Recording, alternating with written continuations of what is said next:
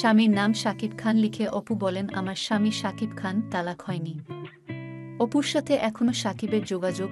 ঢালিউডের আলোচিত, সমালোচিত ও জনপ্রিয় জুটি ছিলেন শাকিব খান ও অপু বিশ্বাস। হঠাৎই তাদের বিয়ের খবর আসে মিডিয়ায়, আবার হঠাৎই বিচ্ছেদ হয়।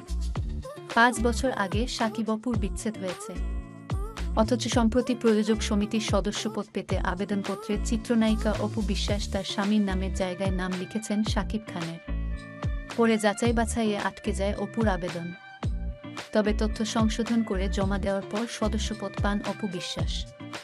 প্রযোজক পরিবেশক সমিতির সাধারণ সম্পাদক শামসুল আলম একটি জাতীয় দৈনিককে জানান, সাধারণত কাউকে চলচ্চিত্রের প্রযোজক হিসেবে নাম নিবন্ধন করতে হলে ১,০৩,০০০ টাকা ফি দিতে হয়। কিন্তু কোনো প্রযোজকের স্বামী বা স্ত্রী বা সন্তান হলে তিনি মাত্র ১,০০০ টাকা ফি দিয়েই এই সদস্যপদ লাভ করার সুযোগটা পেতে পারেন। শামসুল আলম মনে করেন, এই সুযোগটাই নিতে চেয়েছিলেন অপু। সন্তান আবরাম খান জয় এবং নিজের নামের সঙ্গে মিল রেখে প্রযোজনা প্রতিষ্ঠান চালু করেছেন অপু বিশ্বাস। অপুজয় প্রোডাকশন হাউস এর ব্যানারে অভিমান নামে একটি ছবির নামও নিবন্ধন করেছেন তিনি। শামসুল আলম বললেন, মাঝে কিছুটা সময় প্রযোজক সমিতির দায়িত্বে একজন প্রশাসক ছিলেন।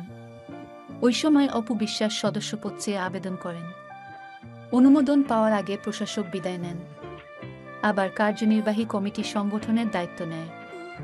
এরপর অপু বিশ্বাসের আবেদন ফাইলটি আমরা পাই। আমরা দেখতে পেলাম, নথিতে নিজেকে শাকিব খান রানার স্ত্রী উল্লেখ করেছেন অপু। তিনি এও লেখেন, প্রযোজকের স্ত্রী হিসেবে আমাকে সুবিধা বিবেচনায় সদস্যপদ দেওয়া হোক। তিনি বলেন, এই ধরনের তথ্যের ভিত্তিতে কাউকে সদস্যপদ দেওয়া মানে মিথ্যাকে প্রশ্রয় দেওয়া। এরপর আমরা সবাই অপুর সত্য গোপন করার বিষয়টি মিটিংয়ে আলোচনা করেছি। সবাই এক বাক্যে বলেছেন, ১,০৩,০০০ টাকার বদলে ১,০০০ টাকায় সদস্যপদের বিশেষ সুবিধা নিতে এমনটা করেছেন তিনি। তাই আবেদনের ফাইলটা স্থগিত করে জানিয়ে দিই, তথ্য সংশোধন করে নতুনভাবে আবেদন করলে আমরা অবশ্যই সদস্যপদ দেব।